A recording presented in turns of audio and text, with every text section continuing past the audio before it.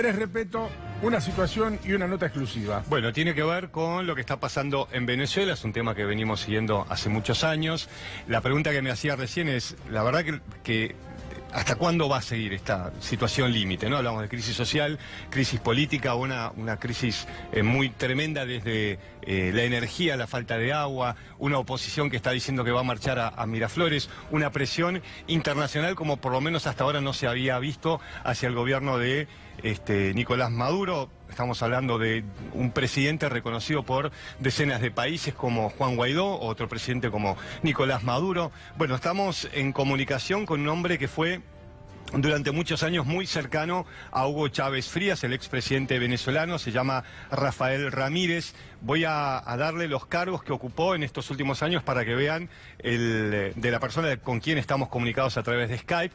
Fue presidente de PDVSA, la petrolera venezolana, es un cargo muy importante en Venezuela. Fue canciller, fue embajador de Venezuela en las Naciones Unidas hasta el año 2017, es decir, estuvo trabajando junto a Nicolás Maduro. Hoy por hoy está fuera del gobierno de Nicolás Maduro. Bueno, nos ha contactado en estas últimas horas y nos parecía un referente muy importante para preguntarle, ingeniero Ramírez, ¿cómo sigue la realidad de Venezuela a partir de ahora?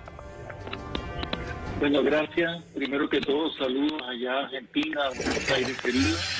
Muchos años estuvimos allá trabajando. Bueno, yo quisiera agregar a mi currículo 12 años de ministro de Petróleo con Chávez, miembro de la dirección política del PSUV, y bueno, estuve con el presidente Chávez desde los inicios de su gobierno hasta que murió prácticamente. Mira, te puedo decir que la situación que se vive en el país es un desastre, no hay otro calificativo, no se aguanta más, como decía la señora ahorita en la intervención de televisión. La situación no tiene nada que ver con el gobierno de Chávez.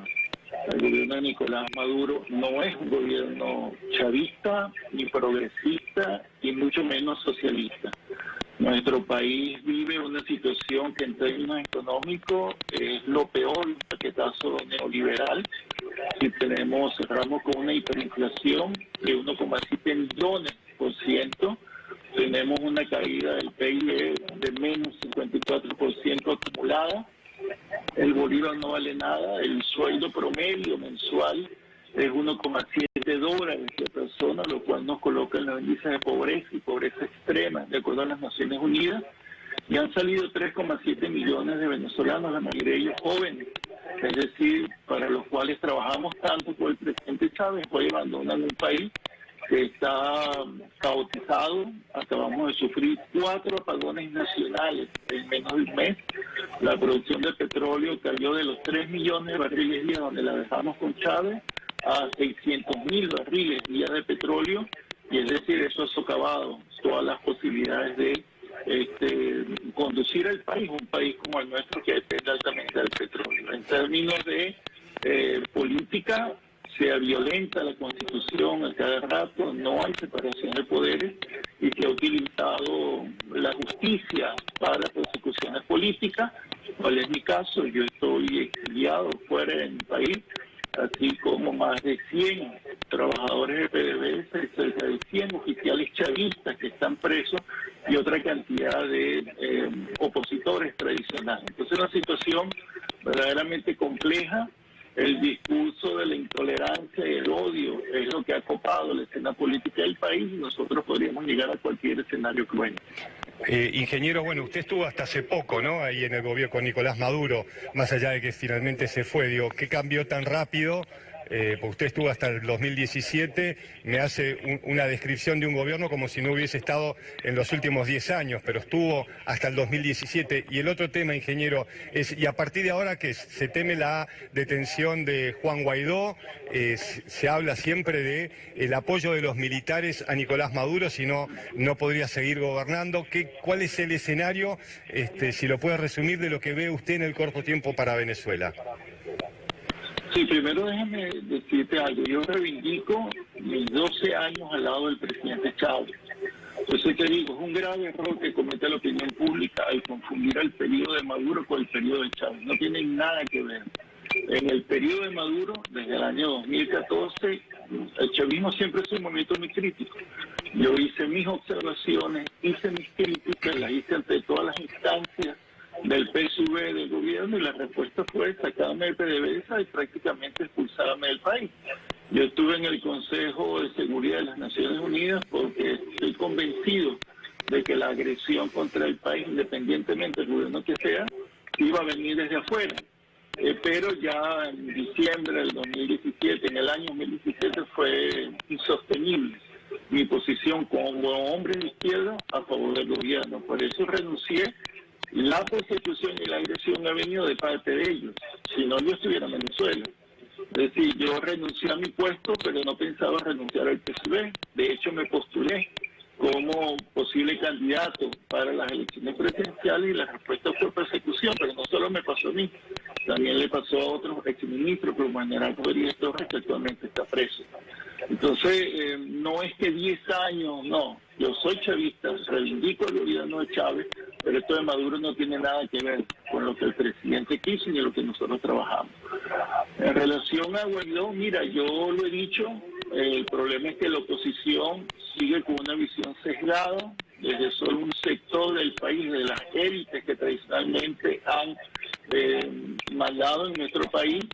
Por eso nosotros lo que estamos planteando es una junta patriótica de gobierno que incluya a los chavistas, sectores de la oposición, a las Fuerzas Armadas, para restablecer la vigencia de la Constitución bolivariana que todos los días está siendo violada por el gobierno.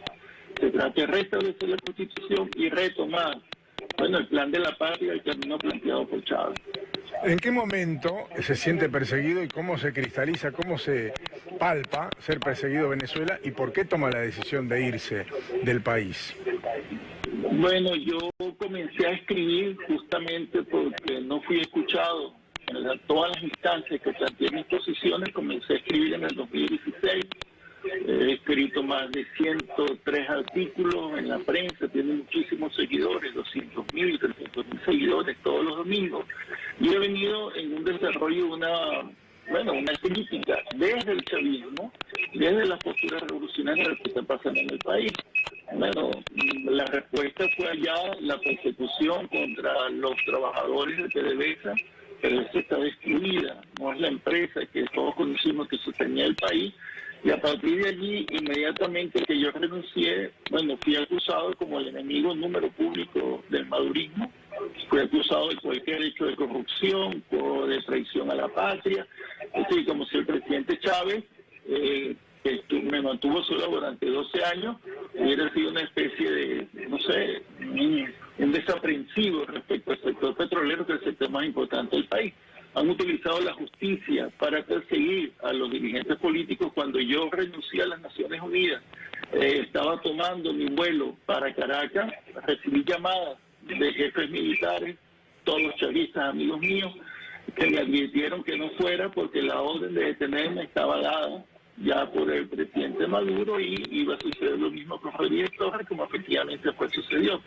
Entonces, a partir de allí, el presidente ha tomado como un tema personal la persecución en mi contra y lo han hecho a través del fiscal general de la República, que persigue chavistas pero guarda silencio frente a crímenes y violaciones masivas a los derechos humanos en el país. Ingeniero Ramírez, usted está en un lugar que quizás no pueda decir dónde está, fuera de Venezuela, está hablando que lo está persiguiendo el gobierno de Nicolás Maduro, pero al mismo tiempo dice que no lo detuvieron porque tiene amigos dentro del ejército. Está diciendo que en Venezuela no hay democracia. La pregunta es, ¿usted conoce a los militares que hoy están en torno al gobierno? ¿Puede haber algún cambio? ¿Puede haber elecciones en Venezuela? ¿Qué opinión tiene de Juan Guaidó? ¿Qué es lo que puede pasar? Porque estamos en un continuo, horas decisivas de lo que está pasando en Venezuela y la situación tiende a agravarse, pero se estira en el tiempo. ¿Qué cree que puede pasar en el corto plazo en su país? Mira, yo conozco muy bien al sector militar porque trabajamos 12 años juntos. Yo estuve muy vinculado a solicitud del presidente Chávez a apoyar a nuestra institución. Hoy día es una institución fuerte, con importantes capacidades militares y doctrinales, la doctrina bolivariana. Pero el presidente Chávez afortunadamente erradicó de la doctrina militar la posibilidad de los golpes de Estado. De tal manera que los militares, aunque tienen mucho descontento, siempre van a estar apegados a la Constitución. Ahora, por supuesto, ellos en algún momento tienen que sopesar en una balanza su responsabilidad respecto al futuro del país, de la nación, a la vigencia de la Constitución y su apego al gobierno. Pues. Por eso estoy hablando de un movimiento cívico-militar.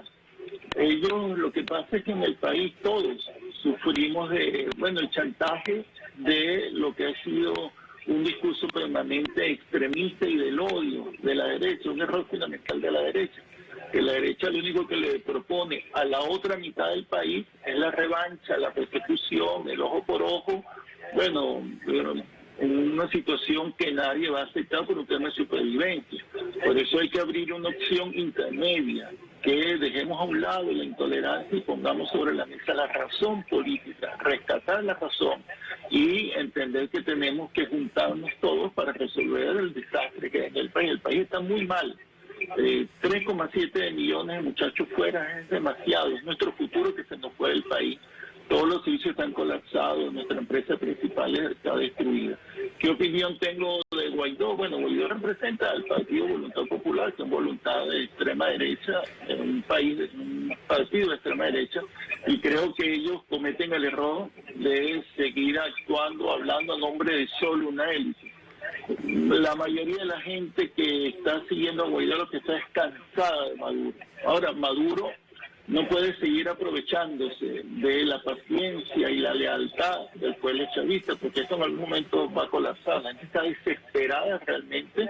Yo estoy en contacto permanentemente con los trabajadores, con los amigos, con todos los que habitan ahí. La situación es indescriptible. Cualquier cosa que podamos decir no describe la situación que está allá. La gente tiene 35 días sin agua. La gente está relacionando los alimentos, no se consiguen. Bueno, es una situación verdaderamente insostenible, caótica. Ingeniero, usted conoce bien la situación energética por el cargo que tuvo en Venezuela y además por ser un hombre vinculado, por supuesto, al gobierno de Chávez e incluso al gobierno de Maduro. Conoce al dedillo esta situación. ¿Usted cree que hubo un sabotaje en algún momento? ¿Usted cree que hubo intervención extranjera en estos cortes o supone que es el deterioro mismo del sistema? Mira, yo con toda honestidad y conocimiento, además he hablado con algunos trabajadores de Coipolec, que es nuestra empresa eléctrica, no creo que haya habido ningún sabotaje. Al frente del sector eléctrico pusieron un general de la Guardia Nacional, que no tengo nada contra los generales, pero no tiene idea de cómo manejar un sector eléctrico.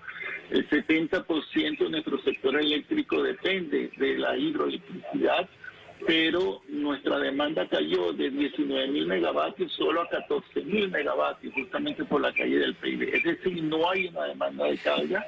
Es un sistema que podría trabajar sin problema, también apoyándose en las termoeléctricas, pero además nuestro sistema generado del GURI es analógico, es decir, no puede ser saboteado desde afuera, pero en caso de que fuera saboteado o que hubiese una falla, bueno, están todas las termoeléctricas que pusimos más de 5.000 megavatios de termoeléctricas en todo el país por el presidente Chávez y ninguna funcionó.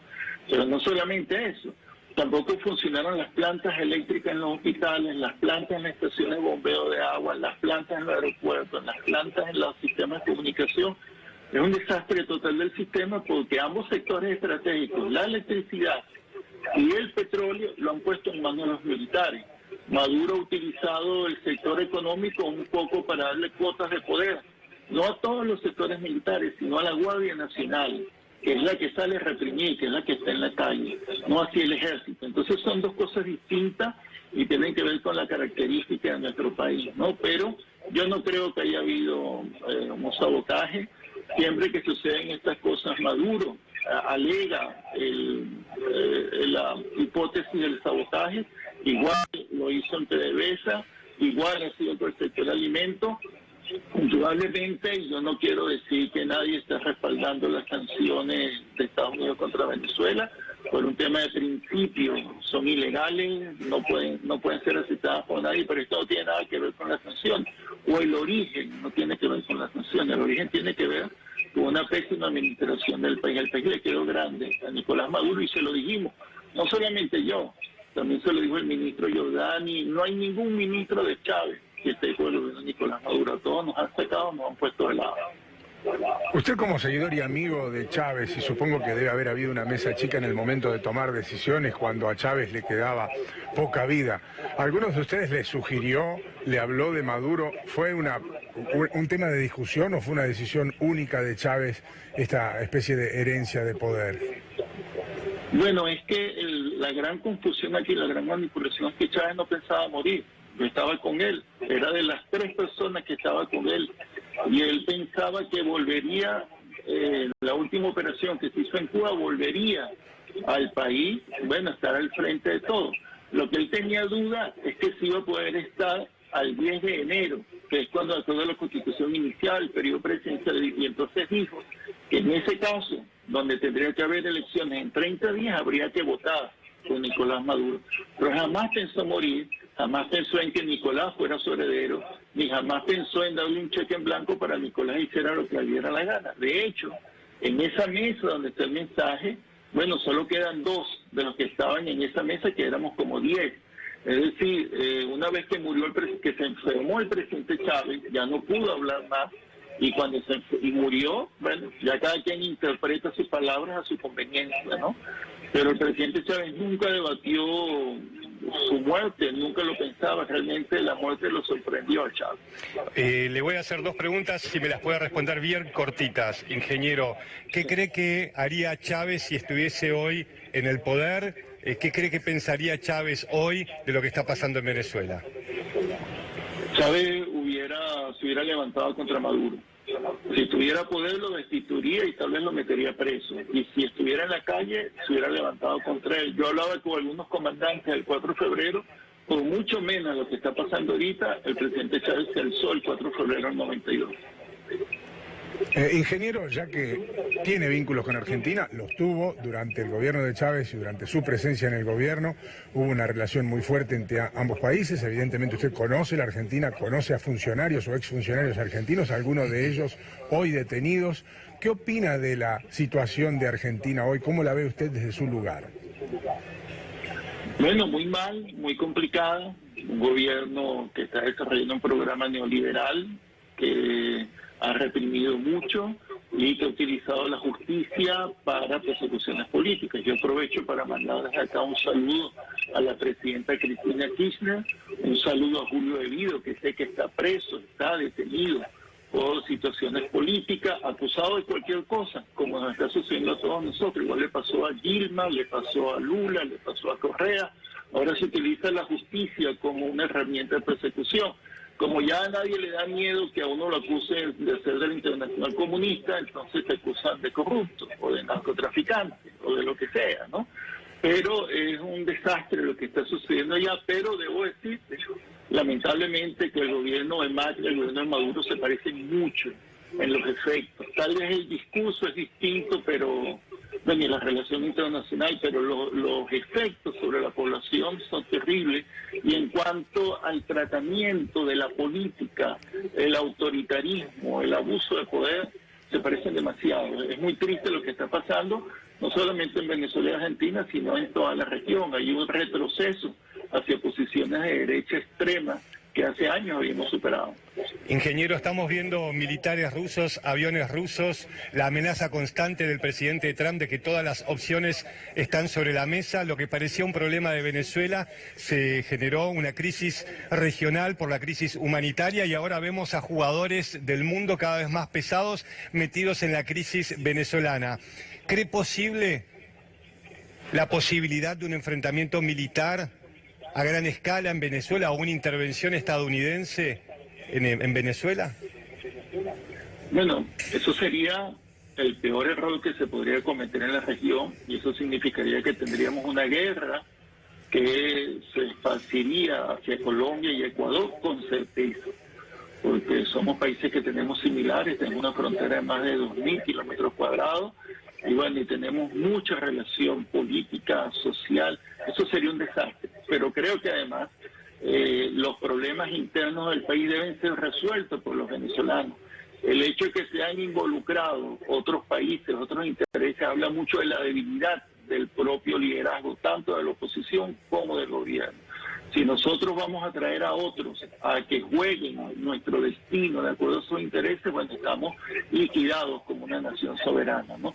Además, para la región creo que es un terrible retroceso, después de que habíamos creado la UNASUR, de que se había creado la CELAC, es un retroceso como de 50 años, volver a ser el patio de disputa entre potencias extranjeras. Pues ojalá eso no suceda.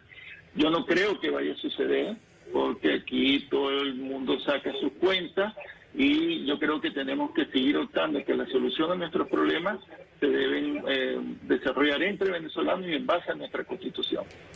Ingeniero, disculpa, No, Andrés, disculpame. ¿usted ve cerca o lejos esta situación? Digamos que se pueda llegar, entre comillas, a un acuerdo, a una situación donde se pueda dar un paso entre venezolanos y sin intervención extranjera, que ya directa o indirectamente existe con los países o los bloques que apoyan a uno o a otro sector. ¿Usted cree que está en condiciones hoy Venezuela de resolverlo per se al problema? Yo creo que sí, porque lo otro sería renunciar a nuestras capacidades, ¿no? A nuestra capacidad de conducción. Si ellos no se ponen de acuerdo, no es que va a haber una intervención extranjera, es que va a haber una implosión del país. En algún momento, así los generales, el alto mando esté con Maduro, la tropa, los soldados que hoy desertan, han desertado más de 5.000 soldados y oficiales de nuestras Fuerzas Armadas, los muchachos que se van, en algún momento esto va a haber una implosión y va a ser peor, porque entonces aquí se ha renunciado al ejercicio de la política, unos a favor del Twitter, otros a favor de intereses extranjeros, otros solo piensan en odio. Pareciera que estamos listos para un enfrentamiento fratricida entre venezolanos, lo cual sería una fractura a la integridad de nuestra sociedad y eso no es deseable por nadie. Yo estoy trabajando permanentemente, me dedico todas mis horas, toda mi energía a tratar de construir un pensamiento crítico, no construir otra opción, porque la opción está ahí, es el chavismo. Es el chavismo que está ahí, está chantajeado, está sujeto, está perseguido, pero nosotros tenemos suficiente capital político y suficiente fuerza moral como para hacer un llamado a todo el país, no dejar que otros metan las manos en nuestros asuntos y no dejar que el pueblo actúe desesperadamente como pasó el 27 de febrero del 89. ¿Cuánto tiempo, y le estamos pidiendo cada vez que afile más su visión de los tiempos, cuánto tiempo puede aguantar la gente en Venezuela sin luz, sin agua, sin ya hablar de conexión a las redes sociales? Sería un lujo, ¿no? Digo, pero se puede estar sin luz y ya es muy difícil. Estar sin agua es prácticamente imposible. Por eso le recalco esta situación de crisis en casi terminal. Digo, ¿cuánto tiempo puede estar esta situación antes de, como usted lo mencionó, no implosione? Bueno, lo siento, pero es difícil de estimar porque entonces uno se pone a predecir fenómenos sociales. Lo más peligroso Correcto. en política es lo que no se ve, eso está ahí abajo, pero va a suceder. Lamentablemente va a suceder y la dirigencia política de cualquier sector va a ser responsable de lo que pasa en nuestro país. Esto ya pasó en el 89, cuando el Caracazo y asesinaron más de 3.000 personas en las calles.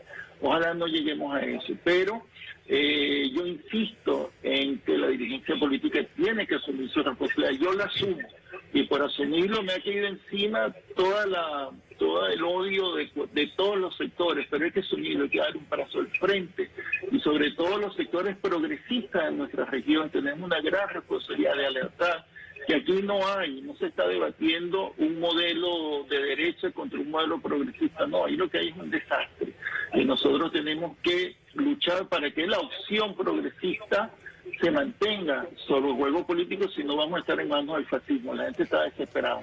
Ingeniero Rafael Ramírez, con altísimos cargos públicos, muy cercano al expresidente Hugo Chávez Frías, estuvo en el primer gobierno de Nicolás Maduro. Gracias por el contacto con Mañanas Argentinas, con C5N, gracias por su visión y su punto de vista.